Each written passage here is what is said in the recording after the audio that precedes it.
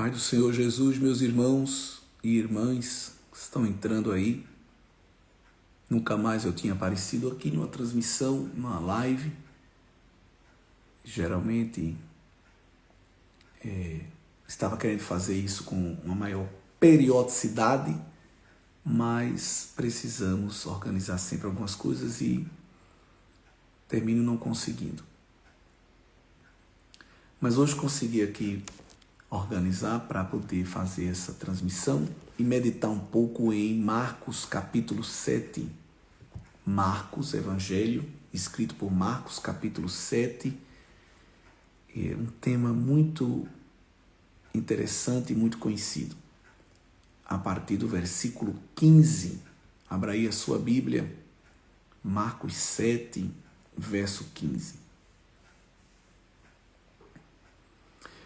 Nada há fora do homem que, entrando nele, o possa contaminar, mas o que sai dele, isso é que contamina o homem.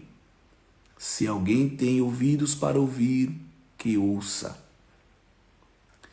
Depois, quando deixou a multidão e entrou em casa, os seus discípulos o interrogavam acerca desta parábola. E ele disse-lhes: assim também vós estáis sem entendimento? Não compreendeis que tudo que de fora entra no homem não o pode contaminar, porque não entra no seu coração, mas no ventre e é lançado fora, ficando puras todas as comidas? E dizia: o que sai do homem, isso é que contamina o homem. Essa é uma das frases mais conhecidas do Senhor Jesus. Até mesmo pessoas que não são evangélicas, pessoas que não professam a fé cristã, já devem ter ouvido falar e até replicam, né? Isso estava sendo falado no contexto de uma disputa com os fariseus, dentre tantas que existiam, onde os fariseus queriam sempre colocar a tradição, colocar a etiqueta religiosa acima do ensino do Senhor Jesus Cristo. Jesus sempre trouxe um ensino muito puro, muito simples, do caminho para o homem chegar a Deus, e não era um caminho que passava pelo código de ética farisaico, era um caminho simples, é um caminho que o Evangelho propõe, um caminho facilitado através da obediência ao Evangelho, obediência aos ensinamentos de Jesus. Jesus diz em 14 de João que ele é o caminho que leva ao Pai. Então, esse caminho de obediência ao ensino de Jesus é uma estrada pavimentada para que possamos ter acesso e comunhão com Deus Pai. Mas os fariseus se vangloriavam da sua religiosidade e acreditavam que, por manter esse status de conduta ética e satisfazia os padrões religiosos da época, eles estavam bem com Deus. E aí Jesus chega fazendo uma conversão de rota diametralmente oposta ao que os fariseus estavam acostumados. Jesus diz: olha, vocês são bem comportadinhos em relação ao que comem e acreditam que são puros, acreditam que são santos, porque vocês seguem aquela etiqueta alimentar proposta no Código Levítico, no Código Mosaico. Só que Jesus mostra a hipocrisia daqueles homens, porque embora eles lavassem as mãos antes de comer, no ritual de purificação, e honrassem aqueles itens que poderiam ser comidos ou não, na verdade, aqueles homens estavam cheios de impureza, aqueles homens estavam podres por dentro. E a podridão deles é revelada, é escancarada, é explicitada pelo Senhor Jesus, que conhece uma área do homem que os outros homens não conhecem: o coração, o interior, aquilo que apenas Deus pode perscrutar e sondar. E Jesus, sendo Deus, Jesus verdadeiramente homem, verdadeiramente Deus, sondava o coração daqueles religiosos e diz: olha, isso que vocês comem, se vocês, por exemplo, trazendo para aquela questão que eles na prática discutiam, por exemplo, se podiam comer ou não carne de porco, não é? Olha, vocês não comem carne de porco, vocês não comem crustáceo, por assim dizer, e se acham puros, mas na verdade não é essa carne que contaminará vocês. O que contamina vocês já está aí dentro. E era revelado nas palavras e era revelado na prática cotidiana, na maneira deles viverem. Interessante que esse ensino de Jesus era um ensino simples, bem didático, bem pedagógico, mas nem mesmo os discípulos, quando viram essa frase, entenderam logo. Os discípulos interrogaram a Jesus: o que é que significa isso? E o versículo 18, Jesus diz: olha, nem vocês estão entendendo. E aí ele vai explicar de maneira explícita. Versículo 21, do interior do coração dos homens saem os maus pensamentos. Os adultérios, as prostituições, os homicídios, os furtos, a avareza, as maldades, o engano, a dissolução, a inveja, a blasfêmia, a soberba, a loucura. Todos estes males procedem de dentro e contaminam o homem. Estamos meditando em Marcos 7 e 15. Marcos, a partir do versículo 15, capítulo 7. Observe uma lista que o Senhor Jesus cita aqui com 13 vícios. Os vícios são os maus hábitos, são coisas erradas que fazemos continuamente em nossa rotina. É claro que essa não é uma lista exaustiva, ou seja, não significa que só existem apenas esses 13 tipos de maus comportamentos. Isso é uma lista qualitativa. Isso é uma lista em que o Senhor Jesus dá exemplos práticos de situações que nascem de dentro do homem e, ao sair, provocam gravíssimos problemas a ele e aos que estão envolvidos. Os irmãos sabem que o pecado está, evidentemente, na natureza pecaminosa, porque nós somos concebidos em pecado e em Cristo Jesus somos regenerados, em Cristo nós somos novas criaturas. Então, o velho homem, o homem do pecado não mais reina, mas agora o Espírito Santo de Deus na vida de um regenerado é quem conduz a sua vida, de maneira que o pecado já não mais lhe domina. Mas quando uma pessoa ainda não foi regenerada por Cristo Jesus, pelo seu Santo Espírito, quando esta nova natureza não foi recebida, a sua carne, a sua natureza pecaminosa é que lhe domina. E os maus hábitos é que tecem o seu comportamento, que orientam as suas decisões. Os seus pensamentos são cativos do pecado, são presos ao pecado, e o homem vive necessariamente para satisfazer os seus desejos.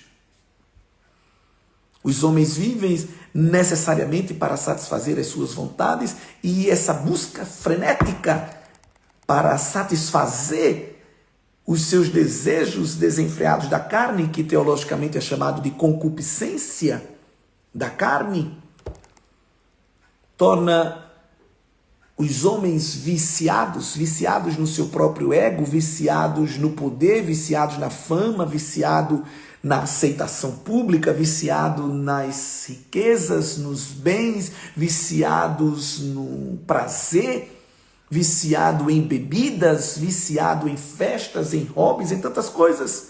Tantas coisas podem dominar uma pessoa, se na verdade ela não estiver com a sua vida totalmente cativa ao Senhor Jesus Cristo. Tudo pode virar um vício, tudo pode virar um mau hábito numa vida onde Jesus Cristo não reina. Mas se o Senhor Jesus Cristo reinar, se o Espírito Santo de Deus for derramado em nossas vidas e em nossos corações, o pecado já não será senhor das nossas vidas. De maneira geral, as pessoas dizem que há 3 grandes fontes de vícios, há 3 grandes fontes de prisão no mundo de maneira geral. A maioria das pessoas são viciadas no poder, são viciadas no dinheiro ou são viciadas nos prazeres da carne e mais precisamente os prazeres sexuais. É claro que existem vários outros destacamentos de vícios e várias outras vertentes, várias outras ramificações de vícios que podem proceder destes 3 vícios que poderíamos dizer são vícios capitais. Nós lemos há pouco no clube de leitura, nossa irmã está citando uma frase do Timothy Keller: o coração humano é uma fábrica de ídolos, exatamente porque o homem, na sua natureza corrompida, busca adorar qualquer outra coisa que não Deus.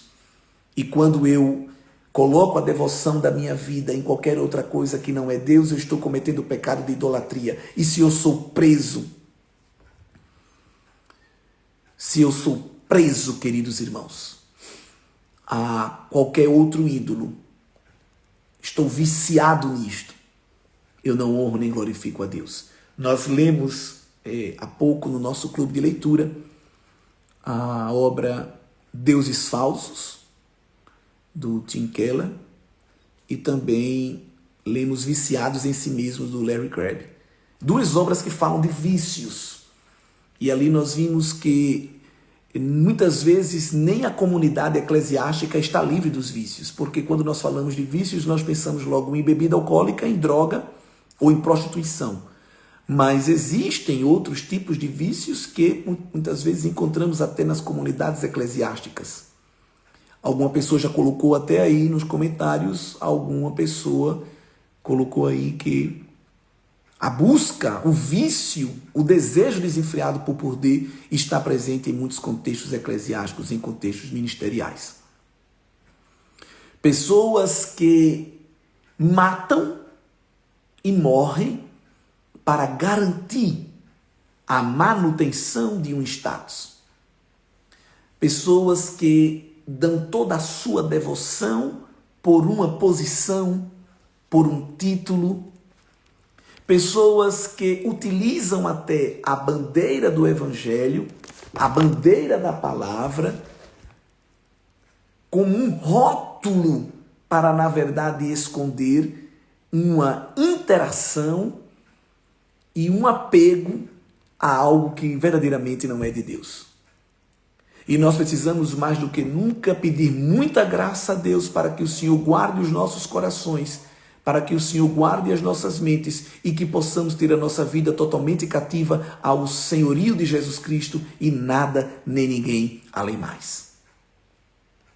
Há muitas pessoas que dizem estar fazendo a obra de Deus, dizem estar servindo a Deus, mas na verdade estão servindo ao seu próprio ventre. Estão servindo ao seu próprio coração, estão servindo às suas próprias vontades, aos seus próprios caprichos, aos seus próprios desejos, estão servindo aos seus próprios planos e não aos divinos. Utilizam a bandeira do nome Deus, do nome sagrado, do nome bíblico, mas na verdade estão servindo ao seu próprio eu. Quantos endeusam e idolatram o próprio eu, queridos irmãos? E isso dentro até do próprio contexto eclesiástico. Há uma irmã falando de narcisismo nas igrejas. Nós sabemos que muitas pessoas verdadeiramente não se submeteram ao senhorio de Cristo, quando na verdade o eu delas fala mais alto. Se o seu ego é quem determina a direção da sua vida, se as suas convicções, se a sua opinião é o cimento onde você ampara a sua vida, você ainda não foi regenerado. Você ainda não é uma nova criatura. Você precisa nascer de novo. Porque um coração cativo a Deus esvazia-se da sua própria vontade e enche-se e reveste-se daquilo que verdadeiramente é o Senhor. E quando o Senhor nos enche, quando o Senhor nos preenche, o abrir da nossa boca revela e explicita esse conteúdo divino que há dentro de nós. Esses vícios interiores, se existem, na verdade, ocupam um espaço que ainda não foi preenchido por Deus. E há pessoas que se vangloriam, eu não tenho uma vida de prostituição, eu não acumulo riquezas indevidas, eu também não brigo por nenhum cargo político, mas precisam pedir que o Espírito Santo ainda vasculhe, sonde, perscrute todas as áreas do seu ser, para ver se verdadeiramente não tem alguma coisa aí que na verdade se tornou um ídolo. O Senhor nos ajuda. Nos ajuda, que trabalho é esvaziar-se de si mesmo, até que não sobre mais nada do meu eu e Deus possa verdadeiramente se apoderar de mim. Será que podemos orar como o salmista do Salmo 139? Sonda-me, ó Deus, conhece o meu coração, vê se há em mim algum caminho mau e guia-me pelos caminhos eternos. Será que temos essa coragem de convidar o Senhor para nos sondar?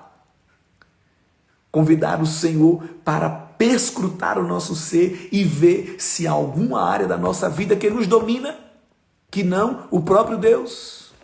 Meus irmãos, tem gente que é dominado pelo sono, tem gente que é dominado pelo apetite, tem gente que é dominado pelos hobbies, pelo passatempo, tem gente que é dominado pelo trabalho, tem gente que é dominado pelos filhos, a infantocracia, a ditadura que os filhos impõem ao seu ser.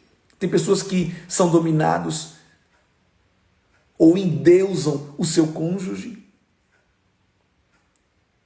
E há tantas coisas, queridos irmãos, que podem tomar o lugar de Deus na nossa vida. O tempo, as posses, o intelecto, tantas coisas, a lista é infindável. Há pessoas que idolatram o próprio corpo, há outros que idolatram a própria inteligência. Por isso que precisamos da ajuda do Espírito Santo para que Ele nos sonde, para que Ele nos perscrute e busque ao Senhor para que o Espírito Santo faça isso na sua vida. Senhor, faz aqui um PET scan, uma ressonância magnética espiritual e me mostra qual área da minha vida ainda não está totalmente encurvada ao senhorio de Cristo, qual área da minha vida não está totalmente rendida a Ti. Eu quero um coração cheio de Ti, para que no abrir da minha boca o Senhor seja visto. Glória a Deus. Queridos irmãos, esta palavra é para pessoas que são religiosas, pessoas que conhecem a palavra, porque Jesus estava falando para os fariseus, dizendo, olha, vocês seguem um código de ética religioso, vocês seguem um código de conduta eclesiástico, mas vocês estão podres, porque vocês pensam que a vossa santidade está incluída apenas em lavar as mãos e comer certas comidas ou deixar de comer outras. Mas, na verdade, vocês esquecem que se não estiverem cheios de Deus, quando vocês pensarem, vocês já vão pensar coisas impuras. Quando vocês falarem, vocês vão falar coisas impuras. Quando vocês agirem, vocês vão agir coisas impuras que me desagradam. Como, por exemplo, a soberba, que é o 12º item da lista, que aparece aqui em Marcos 7 e 22. A palavra soberba, aqui no original, é um conjunto de duas palavras que significa muito aparecer. Alguém que aparece muito. Alguém que pensa que o seu ego, o seu eu, é o único que existe. Pessoas que acham que a sua vida é o centro do mundo e todos têm que se curvar aos seus pés. Só há um a quem todos devem se curvar. Filipenses 2 nos diz quem é: Jesus Cristo. O resto é resto. O resto é um grande resto de adoradores que devem se curvar diante de Deus, queridos irmãos. A soberba é um comportamento de arrogância, de orgulho, quando nós pensamos que somos mais do que somos. Quando nós pensamos que temos mais do que temos. Quando pensamos que fazemos mais do que fazemos. E a soberba é diametralmente oposta ao que o Senhor Jesus quer que aprendamos dele. Ele disse: aprenda de mim, que sou manso e humilde. O humilde não sabe as virtudes que tem. Por isso é humilde. Já o soberbo pensa que tem até o que não tem. Oh, Deus, nos ajuda. Que o Senhor nos dê graça e que possamos viver uma vida que agrada a Ele em toda a nossa maneira de viver. Como é que você pode fazer isso de maneira prática? Ore diariamente. Convide o Espírito Santo para se apoderar da sua vida. Leia a palavra de Deus. Busque na palavra de Deus respostas para as suas perguntas. Busque na palavra de Deus orientações para as suas decisões. Peça que Deus lhe ajude a mortificar o seu eu. Vá cortando pedaços do seu eu cotidianamente. Não tem como você destruir isso da noite para o dia, claro. É um santo exercício. Paulo nos convida a mortificar a carne e vivificar o nosso espírito. E não conseguimos fazer isso sem a ajuda de Deus e da sua palavra. Então, peça para o Espírito Santo ir lhe ajudando a cortar um pedaço do seu eu a cada dia. Que as suas vontades fiquem em último lugar, ou que as suas vontades nem apareçam. Senhor, a minha vontade é cumprir a tua. A tua vontade. Lembra do que Jesus disse? A minha comida e a minha bebida é fazer a vontade do meu Pai. Jesus não estava dizendo que ele não ia nem comer nem beber por causa disso. Ele não estava espiritualizando a nutrição, mas ele estava dizendo que o mais importante para a vida dele era cumprir a vontade do Pai. Que o Senhor nos ajude, queridos irmãos. Guarde esta breve reflexão, deixarei ela salva aqui. Que o Senhor lhe ajude a colocar em prática. Muito obrigado pela vossa participação. Um grande abraço para todos. Peço que continue orando pela obra missionária aqui em Alemanha, trabalho missionário da Assembleia de Deus em Abreu e Lima, presidida pelo pastor Roberto José dos Santos Lucena. Nós, eu, minha esposa e mais um grande grupo de irmãos estamos aqui fazendo esse trabalho. Estamos aqui apacentando e conduzindo os irmãos que estão aqui através da palavra e trabalhando com a igreja para alcançar novas pessoas para Cristo Jesus. O Senhor Jesus é Senhor e Rei sobre todas as coisas. Um grande abraço, continue orando por nós. Em breve aparecemos aqui novamente, se o Senhor permitir.